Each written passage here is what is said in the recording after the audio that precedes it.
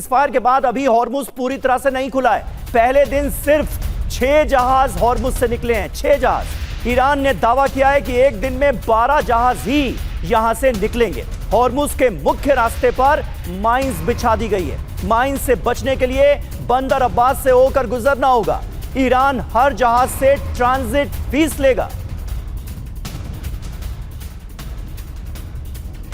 तो जो हॉर्मुज का मुख्य रास्ता है वहां पर माइंस बिछाई गई हैं और तमाम जहाजों को बंदर अब्बास के रास्ते ही यहां से निकलना होगा। और ईरान ने यह तय किया है कि हर जहाज से ट्रांजिट फीस ली जाएगी।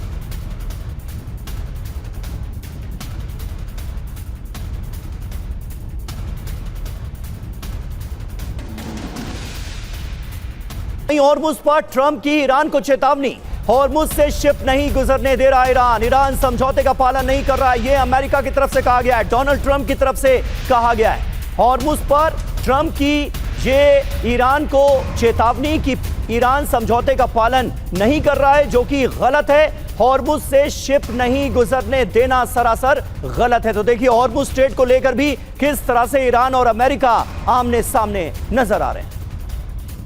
और एक और बड़ी खबर, हॉर्मुज स्ट्रेट पर फ्रांस के विदेश मंत्री का दावा। हॉर्मुज को लेकर 35 से ज्यादा देश एकजुट हैं। सभी देश हॉर्मुज खोलने के लिए प्रयास करेंगे।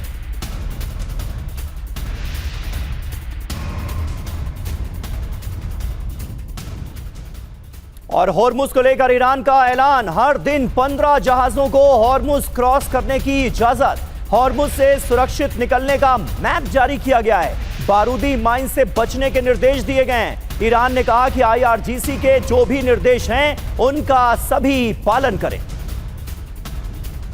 तो ये देखिए हॉर्मुज से सुरक्षित कैसे निकला जाए, इसके लिए ये मैप जारी कर दिया गया है।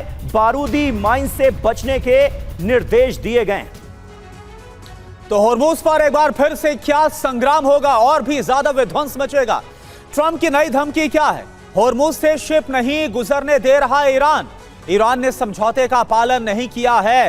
हॉर्मुज की नाकाबंदी ईरान के लिए बहुत घातक है। अब इस पर अपडेट क्या है ये भी आपको बताते हैं। जी हां, देखिए हॉर्मुज खुलने के इंतजार में 400 जहाज इस वक्त वहां पर मौजूद हैं। 18 करोड़ बैरल तेल हॉर्मुज में अटका हुआ है। माइन से बचकर कैसे सफर आगे बढ़ाया जाएगा? हर दिन सिर्फ 15 जहाज गुजरेंगे। हॉर्मुज पर माइंस के जरिए कंट्रोल रखा जा रहा है। माइंस ही हॉर्मुज में ईरान की चाबी नजर आ रही है। Air vice marshal OP Tiwari ji हमारे साथ मौजूद हैं।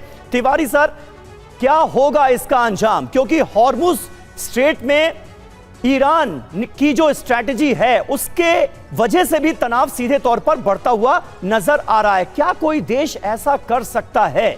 हालांकि तमाम अंतर्राष्ट्रीय नियम कायदे तो हमने टूटते हुए देखे ही इस जंग में, लेकिन क्या ईरान ऐसा कर सकता है? वो 1982 का कन्वेंशन इंटरनेशनल वाटर्स को लेकर, क्या उस पर अमल करना जरूरी नहीं है ईरान के लिए? क्योंकि अगर ईरान करेगा तो फिर तो ये सिलसिला हर जगह शुरू हो जाएगा।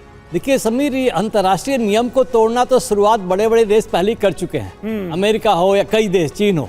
तो ये जो काशन है जैसे बता रहा हूँ, इसमें एक उसने डबल एज इसका टैक्टिक्स अच्छा ईरान ने खेला है। जो ये हॉर्मुज या 30 किलोमीटर चौड़ा है, उसमें 6 किलोमीटर ही खाली नेविगेबल वाटर है, उसमें से आप जा सकते हो। लेकिन उसमें कहा कि एक खतरा पैदा कर दिया कि हमने माइंस लगाए हुए हैं। इसका नतीजा क्या होगा? जो इंश्योरेंस कंपनी है उनका प्रीमियम इतना ज़्यादा हो जाएगा। और अमेरिका कहे कि मैंने खोल भी दिया है, हॉर्मुज लेवल हमने खोल भी दिया, फिर भी जहाज उधर से नहीं जाएंगे। जो सकरा रास्ता आप बता रहे थे अब्बास के थ्रू, वो तो पूरा ईरान के कंट्रोल में रहेगा और हमेशा ही रहेगा। तो जिस जहाज़ों को अगर सुरक्षित होकर जाना है उधर ही से जाएंगे। अब इसमें कितनी माइंस बिछाई है नहीं बिछाई है, लेकिन एक डर अवश्य पैदा कर दिया पूरे विश्व में। ये तो बहुत बड़ा संकट पूरे विश्व के लिए हो ही रहा है जिस तरीके से चल रहा है। लेकिन इसमें पूरा ईरान को रिस्पॉन्सिबल माने तो ये थोड़ी बहुत गलती होगी। ईरान को पूरी तरह से रिस्पॉन्सिबल मानना इसके लिए गलत होगा, आप ये कह रहे हैं। और जिस तरह के हालात हैं उसमें हॉर्मुज स्ट्रेट को एक चाबी की तरह तो यूज कर ही रहा है ईरान। अंजाम क्या होता है ये देखने वाली बात होगी।